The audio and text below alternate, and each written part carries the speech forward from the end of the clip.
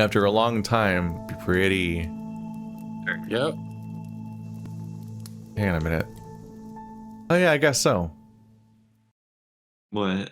I guess the whiteness of it didn't immediately give me that sense of depth. So on the left side of the screen, I thought there was kind of like a cliff wall over there still too.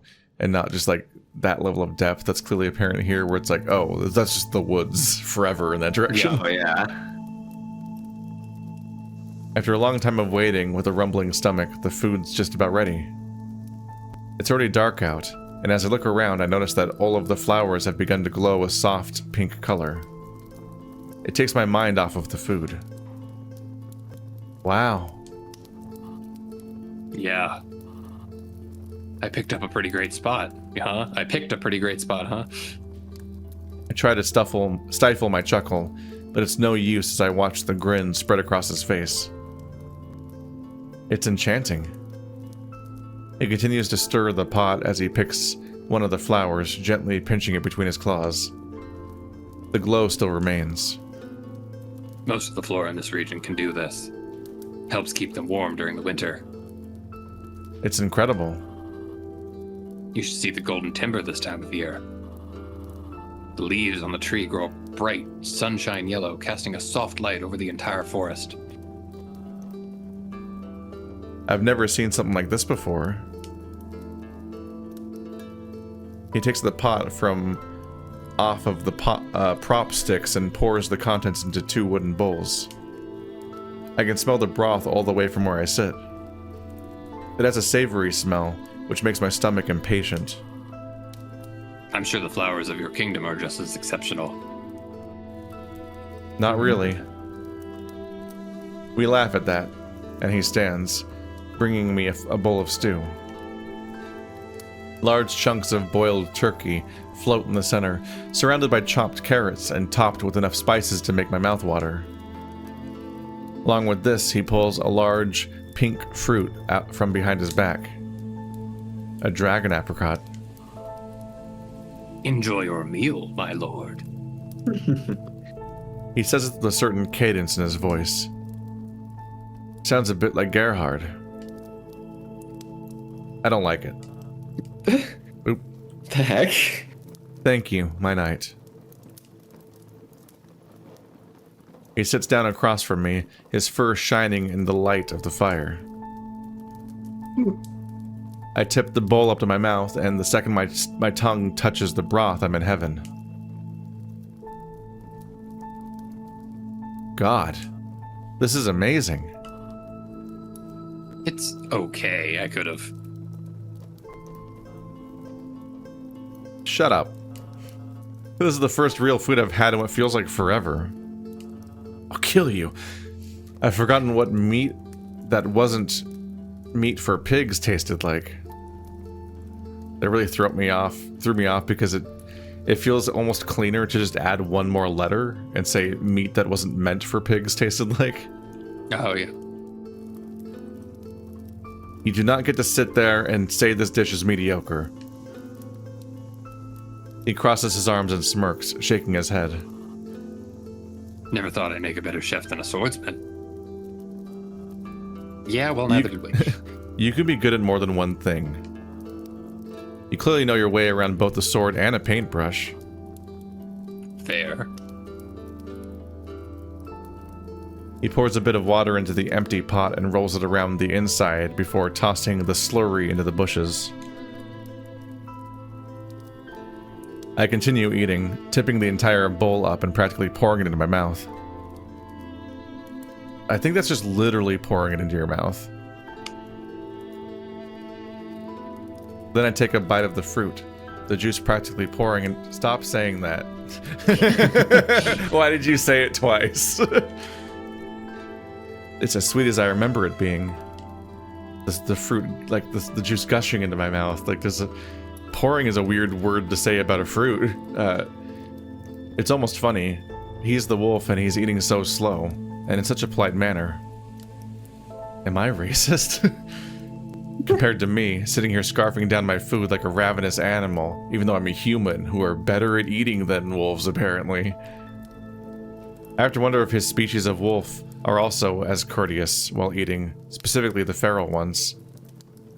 Those aren't... He's not that species of wolf. That's not what species are. The bipedal wolves and the feral ones are not the same species. Yeah, I really am not prepared to even start unpacking this. This does not need to be... Yeah, the narrative is suddenly a little too curious about the taxonomy here, and I'm like, wait, no. Once I finish what's in my bowl, I'm reminded of what I wanted to tell Lyle over supper. I set the bowl down and clasped my hands together. Lyle? He looks up, some stew coating his upper lip. He quickly licks it away. Yes, Richter? I need to tell you something, but you have to promise that you won't freak out. What happened? It's nothing bad. Just hear me out, okay? He crosses his arms and sets his bowl down. Okay. Confessing it feels like jumping off a cliff into the ocean. Once I take that initial leap, the words just come spilling from my mouth. And so, I tell him everything. I start with the fact that I'm the mortal avatar of Tigran. I tell him about Tigran reaching out to me in the mind's eye after Raynar's murder. The dreams I would have. The headaches. The retrocognitive visions. I tell him about how the entire time I was in the dungeon I had to push myself to my very limits. I tell him about a few of the visions I've been able to glean from the mind's eye. He's silent throughout my entire explanation, but I can tell he's listening. When I finish, he leans back in his seat, hands behind his head. So, Leaf was onto something that day. So you believe me? He sighs and gestures north with his thumb. When you were in the dungeons, Leaf summoned me to his study. He went on and on about stuff like this. He was saying how you had the power of God behind you and other things along those lines. Said it was possible you were one of the great emissaries or something. I questioned it at first, thinking he was just on another one of his grand breakthroughs. But that night I got to thinking and realized everything was adding up. That dream you had where you were Raynar, it just seemed a bit too coincidental. I'm realizing that he was weirdly worried about confessing to the thing that he was already trying to desperately convince people was true earlier in the story. Yeah. Because everyone knows about the Raynar vision already. Huh. He leans forward, resting his elbows on his knees. Not only that, but if you manage to convince Leaf, who's typically a man of reason, then maybe it was true. I don't know. All I knew is that something was going on. I can prove it to you. He raises an eyebrow at that. How? Just flashback to the memory he had with, Child. It was a few days before you would leave for Driz. You were about 13 years old. You and Adrius were in the gardens, and you promised him that the journey to Driz would be fine. I've got to eat my words here. I didn't think he was actually going to remember a single thing from that flashback. No. Or bring it up at least. What's killing me is... It just felt like a really strangely placed flashback. And it feels like it literally was put in just so he could call to it here as evidence of knowing their past together in a way that could be corroborated by Lyle. But like that kind of scene definitely could have happened many hours sooner in the story and not been like established 5 minutes before it comes up here. My gut feeling is that at this point in the story, Amak started deciding that he really wants like Adrius to start becoming his own sort of story arc, and like that was really like it felt like we were getting all of the exposition out humanly possible about Adrius as a character, and like now all of a sudden we're all caught up, and like very sympathetic to him compared to before. That's kind of my main read on that. Is like it's, and again, it's just sort of I hope that we have the confidence to make Adrius actually be a bad guy and not suddenly start like weakening our punches with this DID shit. When the Queen came to tell you the news you'd been waiting for, you were so excited. To be able to train under your hero, it was a dream come true. You were well on your way to becoming a knight. Lyle looks a bit shocked, but composes himself. That was certainly creepy. The past few months of mental torture have chipped away at my disposition, so I apologize if that was a little uncalled for. Strange comma. Lyle shrugs. I'll get used to it. But yeah, I suppose I believe you. Good, because I don't think I could deal with you not believing me while also being bombarded by all this. If it makes you feel any better, you're the only one I've told. Oh, trust me, I'm not mad at all. Except for when you tried to convince everyone of it earlier. I'm mainly concerned. About what? About you. It must have been terrifying for you to go through all that. I sit down on the grass, using the rock I was previously sitting on as a prop for my back. Believe me, it was. Some of the scariest moments of my life have happened in those visions. But it's something I've come to appreciate in the end. Who knows where I'd be without this blessing? Lyle stands up, picking our bowls up off the ground and pouring some of the water from the pail into them and to wash them out. It kept me going, among other things. I say this while gesturing to him, which he smiles about with a slight nod. So you can just have these visions whenever? Most of the time. Right now I feel like if I tried to see anything I'd throw up. Also, if the event was more recent, it's harder to see.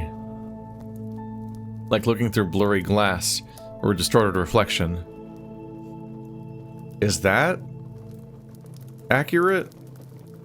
I know that he struggles to look at recent things, but I thought it was more that he suffers horrible pain as opposed to it being like too hard to make out. I mean, that certainly was what we were going for with the he saw himself murdering Raynar thing, was like, oh, it's not clear, but in like an incredibly damning way. And does time stop or like not stop, or like do your eyes change color to a certain... Are we gonna acknowledge your eyes changing color, by the way? He sits down in front of the fire, staring into it with focused eyes. Is that why you were so sure Adrius murdered Raynar? At the end of the trial. I nod, and he bites his lip nervously. And you can feel these visions? As if you're actually there. In every way. He winces at this. God. So you experienced death? In a way. I also saw the whole thing from Adrius' point of view. It was horrific, feeling what it was like to kill someone. I hated every second of it. Yeah. So... Oh, one other thing. Tigran gave me an order to travel to Driz. Why would you need to go to Driz? For the sequel. I need to go to the Temple of Hyetta. They said it's south of the Drizian Canyons. It's where I'm supposed to finish my training. Lyle stares into the fire and then looks up at me, his eyes like black mirrors. Is this what you want? Do you really want to be this emissary? The words come out with a bit of trepidation. Do you even have a choice? I realized that I had never actually asked myself this question. I can't stay in Lyre. I can't go back to Erin after what's happened. And that's all three of the places that exist. Even if I did, I'm not sure what I would do. This feels like the only path I can take. The path I'm supposed to take. There's nothing back for me in Erin. I can't stay in Lyre either. My only option is to go to Driz and figure everything out. Lyle continues to stare into the fire, his ears back and his tail limp. He's as still as a statue. Then he breaks the silence, looking up at me with a determined gaze. I'll come with you. Yeah, I figured. It would have been really surprising if he didn't, is what I'm saying. Hearing him say this takes a weight off my chest that I didn't even know was there. Thank you. I know that you feel like you have a certain duty to fulfill with me, but I need to know something. What is it? You like Evertop, or Like, what if it was my birthday? Like, yeah, it's for my birthday.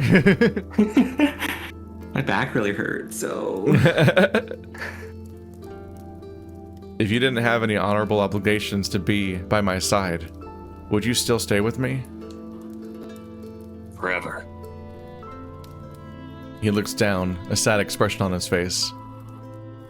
I've abandoned my vows. Raynar is dead and Adrius killed him. I'll never see my mother or father again, most likely. I'm wanted for treason and murder, so the sooner I leave Lyre, the better. Wherever you go, I'll go. Murder? He takes a deep breath and interlocks his fingers.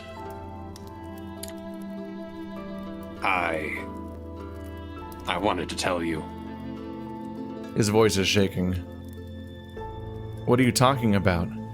I killed Raynar. Eto bleh. What happened? I told you how the headsman helped me escape, correct? Yes?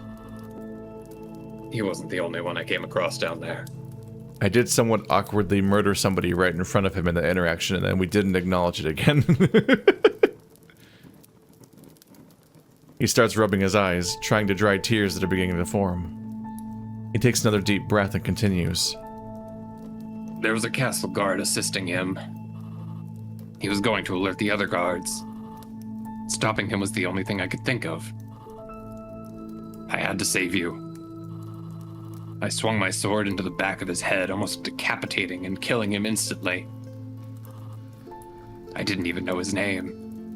I'm the fucking captain of the Royal Guard. Doesn't he work for... Yeah, he works for you, doesn't he? How many of them are there? I thought you have to... You think you know his name? Yeah, Lyle's status as the captain is one of the greatest mysteries of Lyre. Yeah, because there's almost never evidence that he ever does anything, or tells anyone anything, or that anyone respects him. I had to act. I had to. He doesn't notice that I've gotten up and sat down next to him until I hug him from the side. I feel you, Lyle. That spirit can rest easy, because I forgive you. I can feel his large body trembling as he tries to stifle a sob. Remember when we spoke in the gardens? You said we grow up being taught to feel a certain way about things, yet after a while we become numb to those things. Even if it's in our nature. Yes, I remember. My mind shut down as well. The part that scares me, though, is how quickly I was able to get over it. There's something wrong with me. Yeah, you sound really over it. Lyle, you did what you had to do. Raynar tasked you with protecting me, and you strived towards that goal through every obstacle. I'd never killed someone before. Which is remarkable, given your position and job, and the fact you were hired with a body count of 0. He's now violently shaking and sobbing into his paws.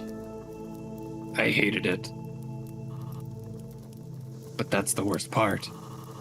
No matter how much I hated it, I'd do it all over again if it meant protecting you. You're ruining me. He leans into me, holding me tight. Because I love you, Richter. He continues to cry while holding me, and I realize I've never seen him this distraught before. I love you too, Lyle. We sit there in silence for a few minutes, the only sound being the rustling of the tree leaves. I watch as little bugs fly around us, their tails lit up with a blue glow. After a few more minutes of silence, Lyle mumbles something to me. Can I tell you something? Of course. Stop asking me that question, just start talking. He takes another deep breath and calms down, his voice still trembling. A while back, whenever I had time in the mornings or in the afternoon, I would go on these long walks up to the coast of the fjord. I'd either watch the sunrise over the waters on the horizon or set back... Sorry, I don't know why I'm having this. I'd either watch the sun rise over the waters on the horizon, sit behind the castle, and the mountains... What is this saying? Set behind the castle and the mountains behind it. The sun set. The sunset. Okay. So I'm having like a locked room mystery layout in my head here over what Lyle does in the morning. What does it mean? It's this whole Pepe Sylvia setup around just the word set. What is it? I don't get it.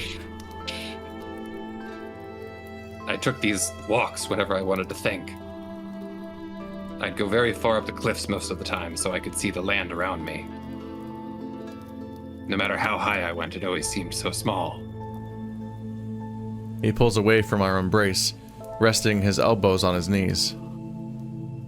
I enjoyed watching the sunset the most. We got over that murder thing real fast. I mean, again, I'm not surprised. Like, I don't know who the fuck this character is, and we've never talked about that even being a conflict for you before, Lyle, but, like, come on.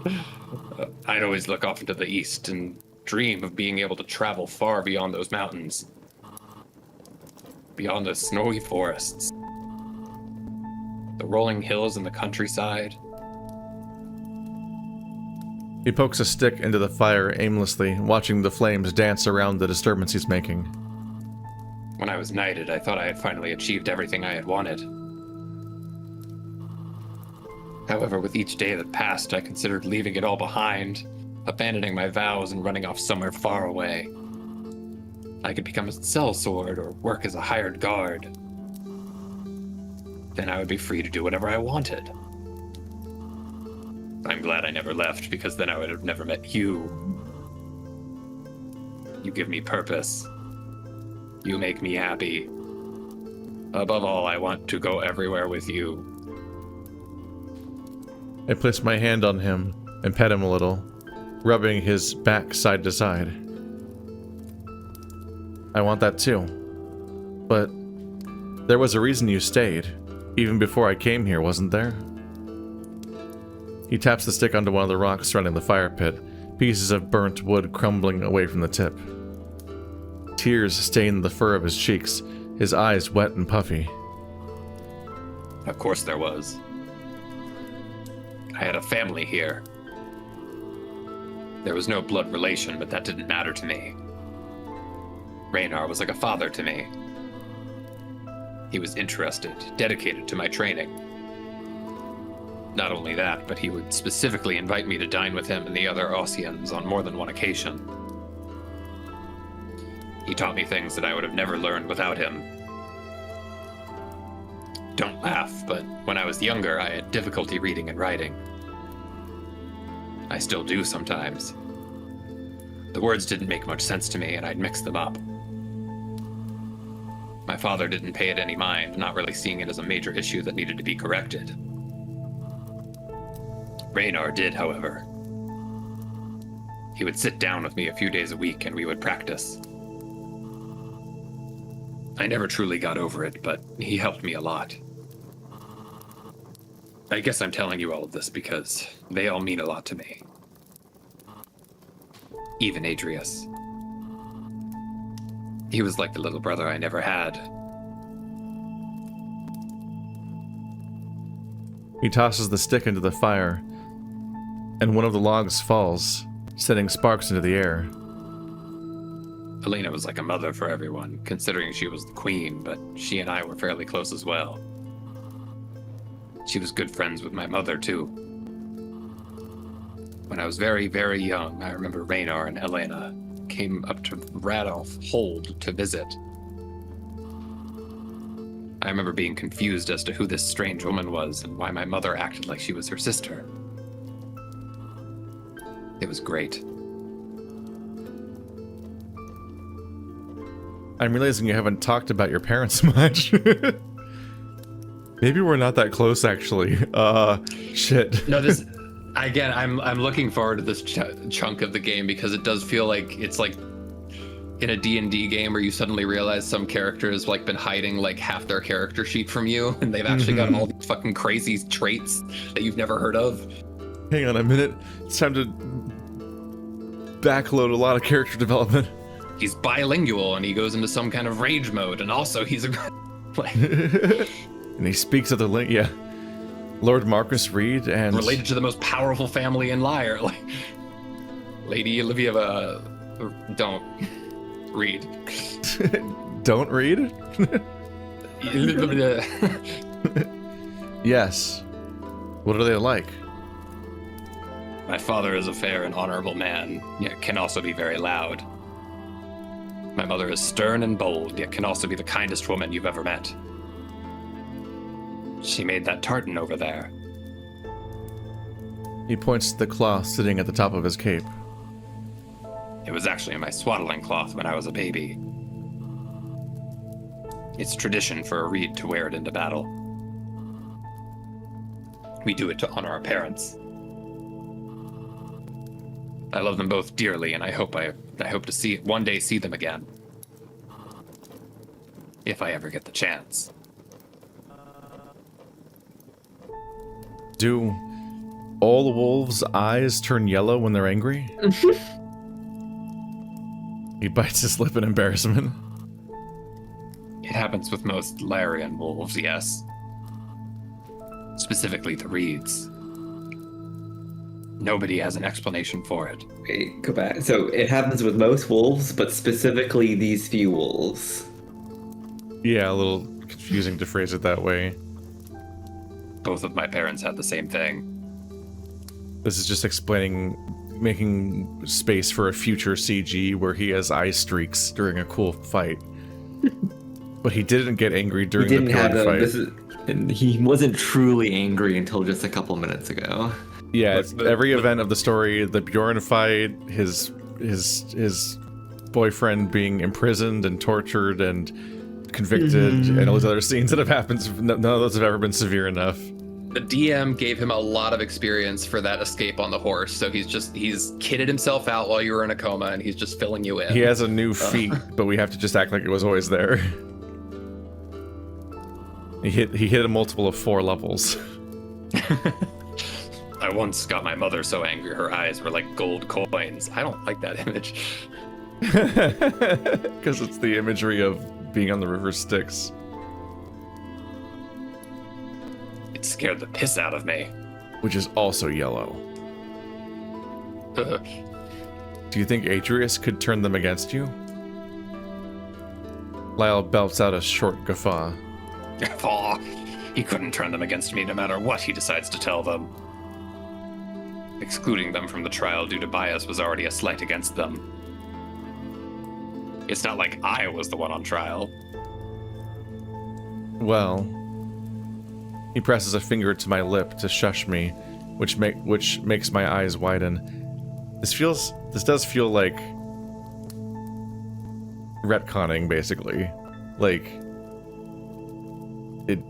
it was decided that he is related to the powerful family after the trial was already written and drawn, so they're explaining why the parents weren't there, even though it's like it's Richter that's on trial. I do feel like I need to push. Like, he was a squire who was like personally allowed to spend time. Like, he clearly was a very important somebody in this castle since we got here, and somehow or another he, wound up in the situation where he's protecting the king when he gets almost assassinated. So it's like I'm willing to give that like Lyle was probably always planned to be super mega important. It's just not surfaced in a way that feels like it was real. Our conversations are just fucking drivel with this guy until this point. We just don't talk about anything.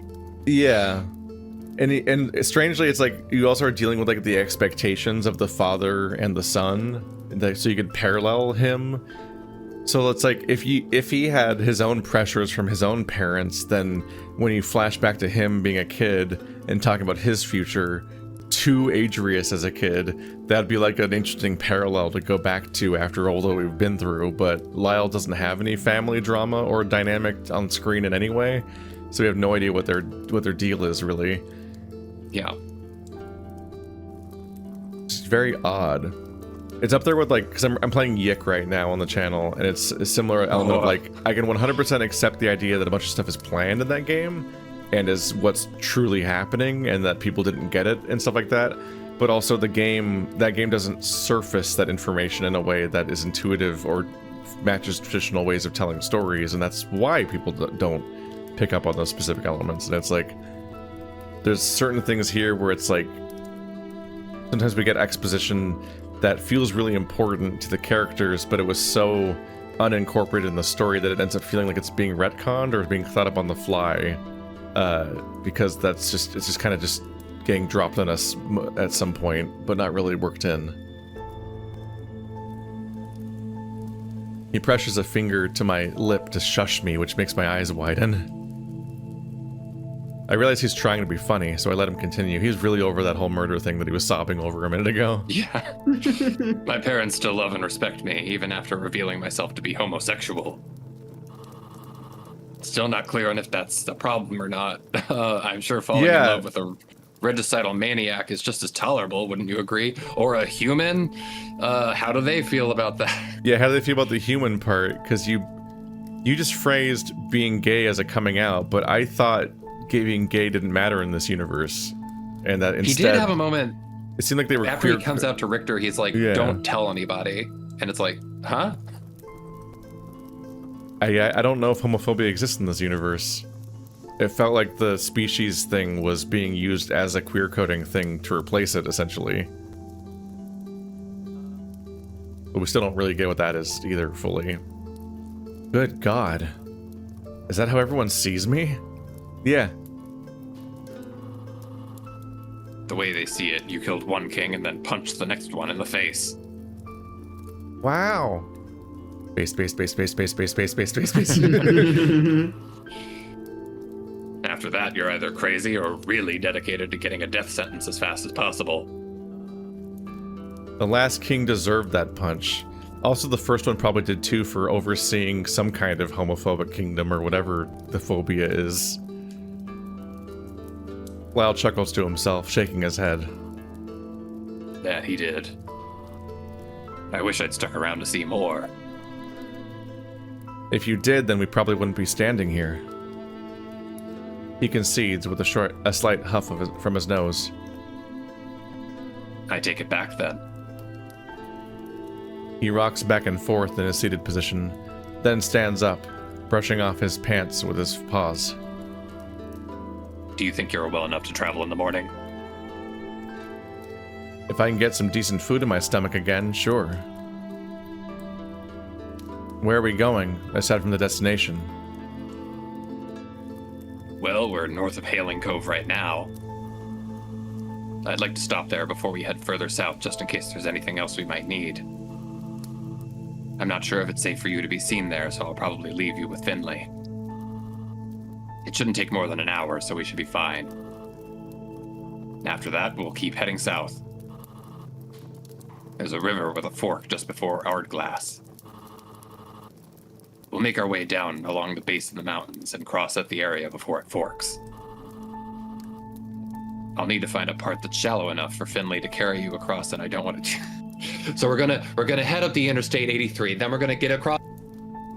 Fucking Californians. You make a right, and that'll... It's like, got it, Lyle. We'll get there.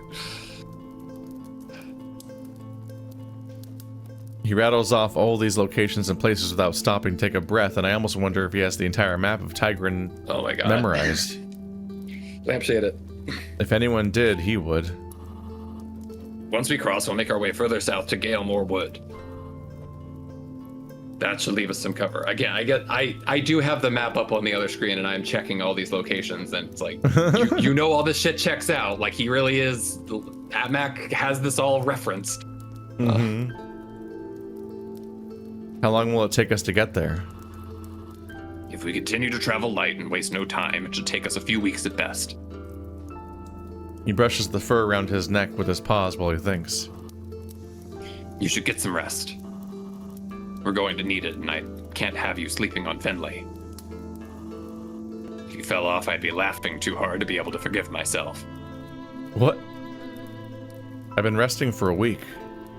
I don't even feel tired. He nods his head towards the bedroll and sighs. Rest. Even if it's only for a little bit. Looking over at the bedroll, I remember how cozy it was. It helps me realize just how chilly I am. Fine. I stand up and carefully step around the campfire, making my way to the bedroll. I sit down on it and look up at Lyle. He's standing on a rock, leaning against the walls of the cliff. I look around and notice that there's no bed for him. Are you going to sleep as well? He looks down at me and gives me a tired smile. I'll be fine. Remember, I don't sleep much. It's you humans who enjoy doing it all the time. Oh. Yeah. It's cool. I wasn't subtly hinting that you lay on me or anything. I guess that's true. I'll just be over here. Wolfless. It's fine. Still, where have you been sleeping? He points to a spot next to me, just by the fire. There's a bag propped up against a rock that I assume he was using as a pillow of sorts. Oh. Whenever I was sleeping, it was over there. I imagine him resting by my side, waiting and hoping for me to wake up. He was probably so worried throughout the past week. I wonder how long he would have waited before he ate me. I'm just thinking about the... Like a cat? Yeah, the cats versus dogs and how long they take to eat their owners when they die.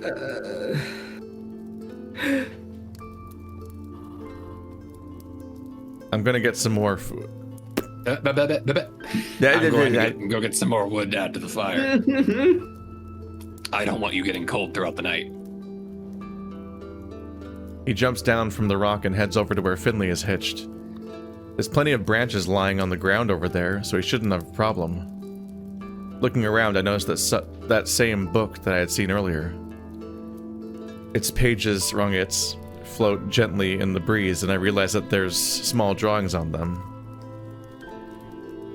Did Lyle bring a sketchbook? That's actually really sweet. I know it's silly, but things like that are the reasons why I like him so much. I pick up the sketchbook and close it to keep everything safe, but when I do, a loose page sticks out of the side. I know he's being so quirky, but it is a little weird to think about him packing the sketchbook and stuff when he's like, I have to rescue Richter from his execution right now. Better pack my sketchbook for the trip. Opening it back up, I pull the drawing out and realize what it is. I drew you while you were sleeping. Adrius, go away. It's having a moment. Wow, it looks like shit. It's a portrait of me. Do I really look like that? My eyes are closed and my hair is long and sprawled out, falling down around my head in thick curls. Do I really look like that with a beard? I run my hand over the rough, prickly surface of my chin. You have a prickly beard? Maybe I should keep it. I look so old. Being in the dungeons might have caused that. I drew that a few days ago. Adrius, no. Lyle stands on the other side of the fire pit. I didn't even notice him making his way over. I'm sorry. You looked so peaceful and... Don't be sorry. It's very good. He blushes a bit and gives a sheepish smile. Thank you. I hand him the sketchbook and go to lay down on the bedroll. Before I can slip under the top layer, a thought crosses my mind. I want him to lay on me, with me. Because he's a coward. I want him to hold me in his arms and share this bedroll with me. If he's going to urge me to sleep, then I want him to join me. We can finally have what we didn't get that night. We can claim what was taken from us. We can text the subtext. Lyle? Yes, Richter.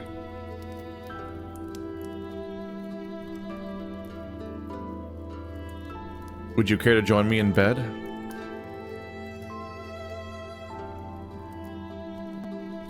He cocks an eyebrow for a split second, then smiles, a light puff of breath releasing from his nose as he snickers to himself. You're in no state for that kind of fun, Richter. I'm absolutely certain I'd break you in two. God, I wish that were me. Not that. As great as you are in bed, I just want you to sleep by my side. I want you to hold me. Lyle stops laughing, and a blush spreads across his face. But what about keeping watch? Someone has to stay. I guess I could just... Okay. He takes in a deep breath. Yes, I suppose we can do that. Naked. All right. Lyle walks over to one of the bags and begins taking off his shirt. As he does this, I take off my clothes too. Once I have it pulled over my head, I throw it over in the direction of Lyle's armor. It lands on top of his pauldron in a wad, and I reach down to start unfastening my trousers. Once those are loosened, I lay on my back and stick my legs in the air, pulling each pant down around my ankles. What a thing to imagine. I capital pull each of my feet out and throw the pants off to the side. I lay back on the bedroll and look over to Lyle. I've seen the merch. He's wearing just his underwear, bent over, stuffing his wadded up clothes into the rucksack. His big tail sways back and forth, resting on top of his ample rear. His underwear leaves little to the imagination. I can't believe I'm saying this, but I'd almost forgotten how great your ass is. And I'd forgotten how forward you can be. I mean it. What did you do to get your legs so big? He bites his lip, then answers. Running. And I mean a lot of running. Also footwork. Really? Oh, yes. Put a sword in a man's hand and you'll find it's his legs that do most of the work. He says this, then slaps his thigh with his right paw. You should see the locker room for the guards. Just nothing but fat asses. The surface ripples slightly, but I can tell from the firmness that there's plenty of muscle underneath all that fur. I haven't seen him in this light since that fateful night. There's something different, though. Now I'm able to notice all of the little details about his body. The way his shoulders are adorned with large tufts of fur, which then run down his back. The slight pudge in his stomach when he's rested. That is a lot of pelvic V to talk about the word pudge. The way his chest rises and falls with each breath he takes, no matter how relaxed. His thighs are wide with muscle, showing off how strong his legs are. I don't pay attention to his feet often. But with the way they're shaped, I wonder how hard it is to walk on paws. He doesn't seem to have an issue with it. Like what you see? Very much, yes. He walks around the fire, the light casting a bright glow onto him, showing off every curve and every chiseled muscle. I watch what's between his legs as he walks, and I'm memorized by the way it sways with each leg movement. Those are called steps. With each step, there it is, his thighs brush into it, pushing it up in his underwear. Adrius, no. He kneels down in front of me and looks over my body, raising a paw to run through my hair. I lean into his touch, letting him caress my face with his large paw. As he does, I run my hand up and down his muscular arm, feeling the density of his forearm and the curves of his bicep. He shudders as I do this, giving me a feeling of dominance that I'm not used to having with men his size.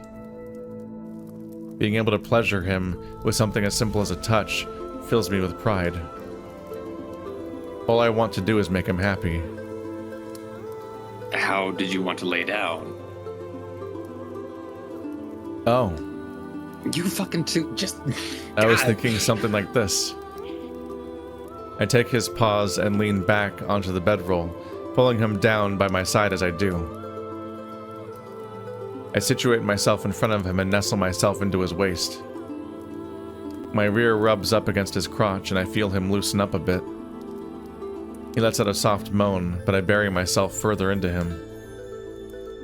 My back presses up against his chest and stomach, the latter acting as a cushion. I mean this as a compliment, but you're a lot softer than you look. I don't look soft? I wasn't talking about the fur. I nudge him in the belly as I say this. You just described it as pudge. Oh. I suppose I have been eating a bit more lately. Wait, no, it's the opposite of the direction to argue in. Trying to keep my energy up. I like it. Makes this all the more enjoyable. I shimmy into him like a big furry blanket. Ha! Well, it's only going to get better from here. Why is that? When I was a guard, I had to follow a somewhat strict diet. Well, I didn't have to, but as captain I figured it was best that I follow the same rules that everyone else. Set a good example. And now you don't have to. He chortles to himself, the shot of breath rushing over my head. Now I don't have to. He hugs me tighter. I'm only going to get bigger too. Wow. Oh. How so? You may have stopped growing at 16, but unlike humans, the rest of us don't really hit our maximum height until our mid-20s.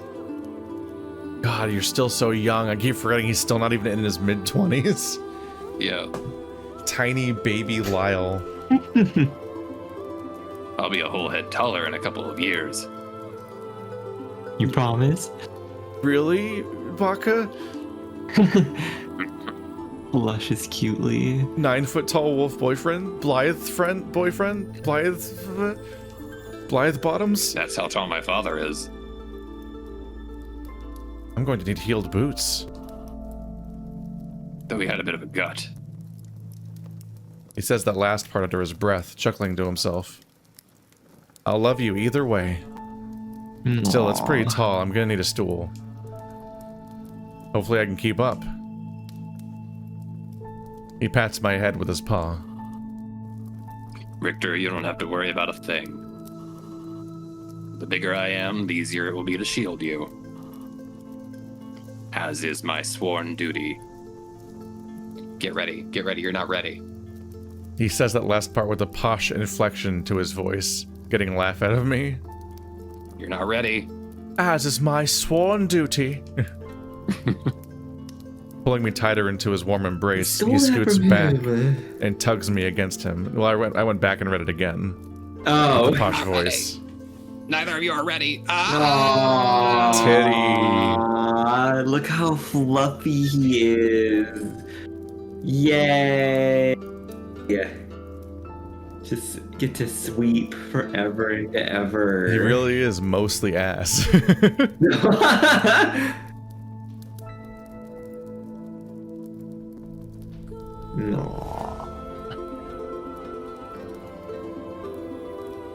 He's warm and soft, his long neck fur falling down around my upper body as he leans forward, resting his head above mine.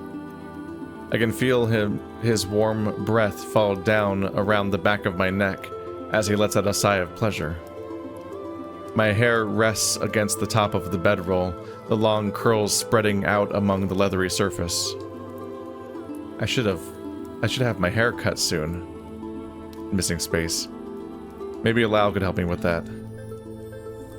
As we settle into our positions, he clears his throat and whispers into my ear. I wish we had gotten to do this all those weeks ago. I sometimes lie awake at night and wonder how things would have gone if you'd stay with me in my room. Also, I wish the king wasn't murdered and basically all of the events that happened. We could have just never answered the door. Pretended we weren't there. Lie under the covers and continue to enjoy the rest of our night. I wish we had. We would have been met with a terrible tragedy in the morning. But is it selfish for me to wish for an outcome where we could have been blissfully ignorant? Basically, the entire plot happens and Richter is tortured and suffers because Lyle doesn't top. That's the moral of the story. That's the moral of the story. All werewolf husbands need to top. I'm just thinking, just logistically, that Richter can't get framed Because for you murder. wouldn't be able to walk afterwards. Well, he can't get framed for murder if he was stuck. Again, he doesn't. That doesn't apply in this setting. There is nothing Also, to get all stuck werewolf on. boyfriends should have. He pauses to think for a moment, running his paw along my thigh slowly. I'm not sure. After what we've been through, what you've been through, I don't think it is. I just wish moments like these could last forever. No interruptions. He softly chuckles and pats my thigh with his paw. So do I. We lie there for a few more minutes, listening to the fire crackle and the leaves blowing in the wind. He's soft against me now, so I assume he's past the initial burst of intimacy. Lyle? I don't get a response. His soft snoring clues me into the fact that he's now fast asleep. I scoot further into him and close my eyes, letting him surround me. Before I relax into the light amount of sleep I plan to get, a thought crosses my mind. Counting the days I was in the dungeons was easy until after the trial. But if it's been a week since we escaped, it must be somewhere around the 20th of Nox. Adrius. I turned 20 a few days ago. Oh my god, he's a tiny baby. What do you mean he was 19 the whole game? I can't accept that. That's... Oh my goodness. That's fascinating. I think we're gonna stop there, though. Because we've been going for a bit. We have very little left to go, but it is enough that I know Keith has somewhere to be. Yeah, it's getting late, and I'm going to a furry night. Ooh.